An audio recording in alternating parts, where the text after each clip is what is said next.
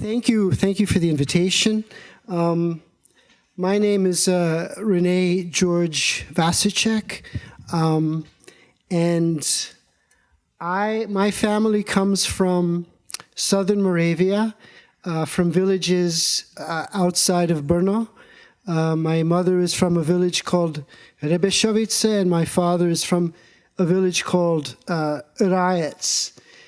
This is a photo from 1940 in Rajec, and here is, I don't know if you can read the sign, but it says Rudolf Vasicek, and he was my great-grandfather.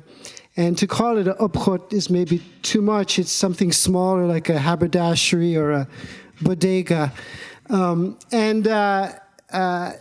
This area is near the Moravian karst region. There are a lot of caves there. Maybe you've heard of Matsocha. There's a big abyss and underwater. I mean, you can take boats under in caves. It's a very beautiful area. So my father was born in 1944. My mother was born in 1945. And they defected in 1969 to Astoria, Austria.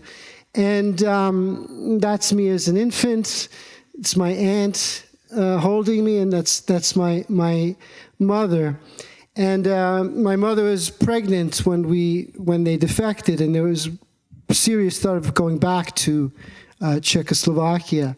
But actually, a bus driver on the way back persuaded them not to, and they got out of the bus just before the border, actually here in Astoria. And we came to the United States in 1970, and through JFK, Bronx, Manhattan, but eventually they settled in New Rochelle for about 4 years. And after this, we moved to Long Island. So that's my mother and my father. They would send me on summers to Moravia for, I went in 1978 when I was 8, 1979, 1983, 1985, and 1987.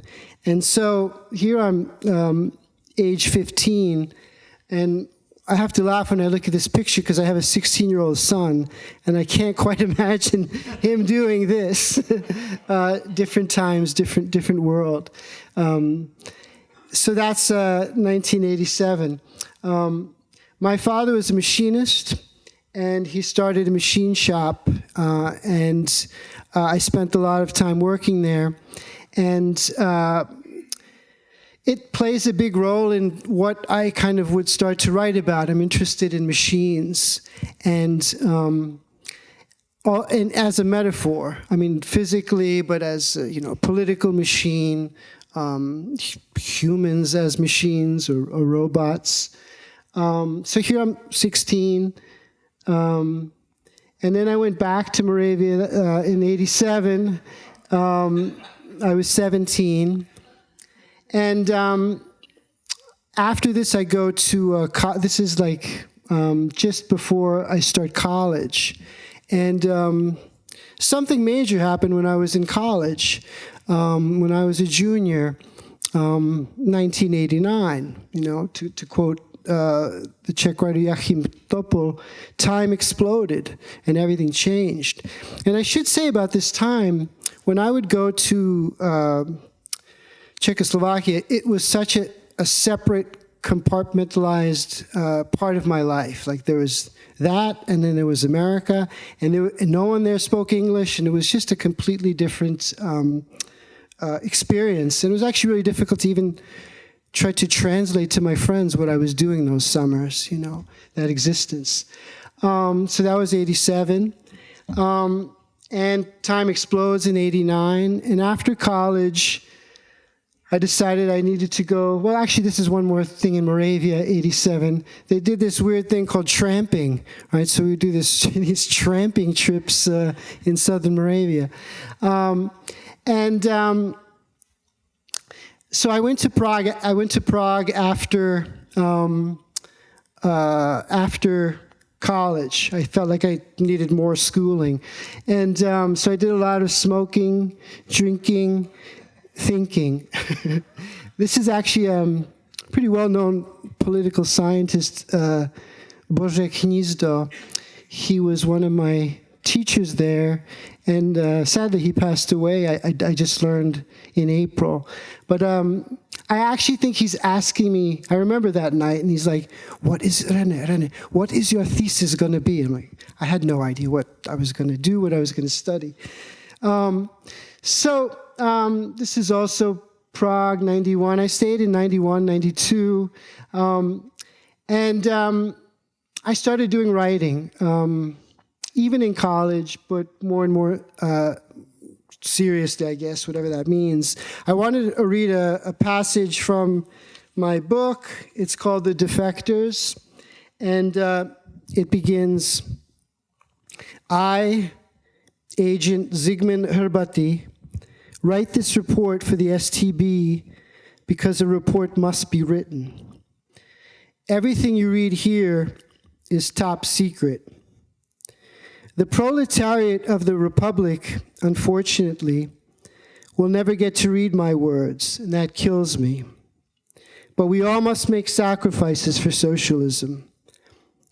The surveillance of political dissident and writer Věra Musilová, Operation Cigarette, 1974 to present, has occupied me for the last 12 years. Her detective novel, Smoker, Drinker, Thinker, is strangely popular in the West. A signatory of Charter 77, Věra Musilová is an officially prohibited writer in Czechoslovakia.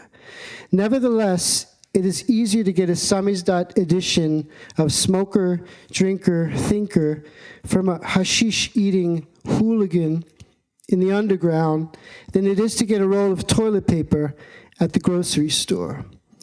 I have read the novel 13 times. As you might expect, there are a number of similarities between the author and her protagonist, Detective Dasha Popelniková. They are both divorced and they're in their late 30s. They both smoke Sparta cigarettes. They both drink Frankovka red wine, and so forth. There are predictable differences, too. Věra is a blonde, Dasha is a brunette. Věra reads Husserl, Dasha is a disciple of Heidegger. Here, we must be careful. Detective Dasha Popelniková is not an alter ego of Věra Musilová. The truth is more elusive. She is what German philosophers might call die Unselbst, the unself. And that's the end of the passage, and I think I have 50 seconds left. I have other projects that I've done. This one's called Machine, and here's the cover of it, and you can see how Machine plays into, the stuff I do. I have a book coming out actually any day now with a small publisher in Prague called Equus Press, and it's called 404 Memoir of a Nobody. It's a collaboration with a UK experimental writer. I also have a book called Jörgensen and the Machine. There it is again. That's a kind of anti-novella. I have a collision of images and text in a book called Cyborg. This is a page in Cyborg. Under constant surveillance, I write a novel. And I am still working on this. It's a collaboration with a friend who's a visual artist. Again, the machines play into the City of Machines, and that's an image from it. Thank you very much. Thank you.